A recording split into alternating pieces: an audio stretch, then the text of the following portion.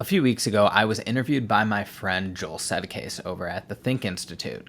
The topic of the interview was science and God, and it provided several key opportunities to zero in on some important topics with respect to the idea of science and God and how the two can interact. And one of the points that I made in that interview was that if we want to engage in science, we need to have rational thought. But if we want to have rational thought, then we need to have free will. And in this clip, we talk about the concept of determinism and how that cannot provide room for rational thought and therefore cannot provide room for science.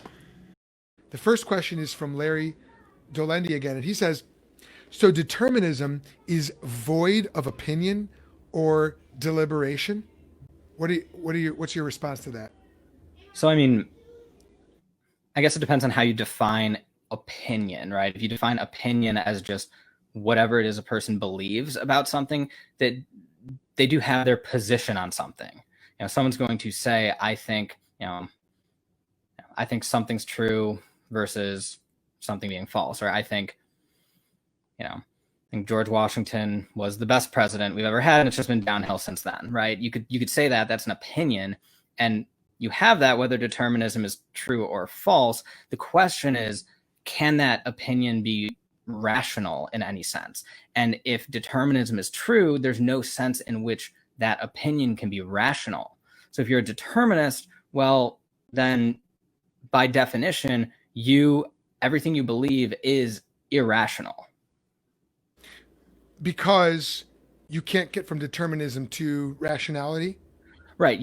Rationality implies some sort of correctness.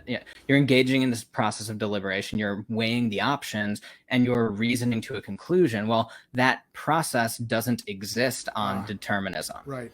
It's just processing through the circuits. Every conclusion you come to is one that you necessarily arrive at. Right. Irrespective of... You had no control over it. You have no control. And it really says nothing about the truth or falsity of whatever the claim is. Correct. Okay. I hope that brief clip was helpful to you. And if you want to dig deeper, be sure to click the link in the description for the full interview over at the Think Institute. And while you're there, consider subscribing to the Think Institute in addition to subscribing here at Catalyzing Faith.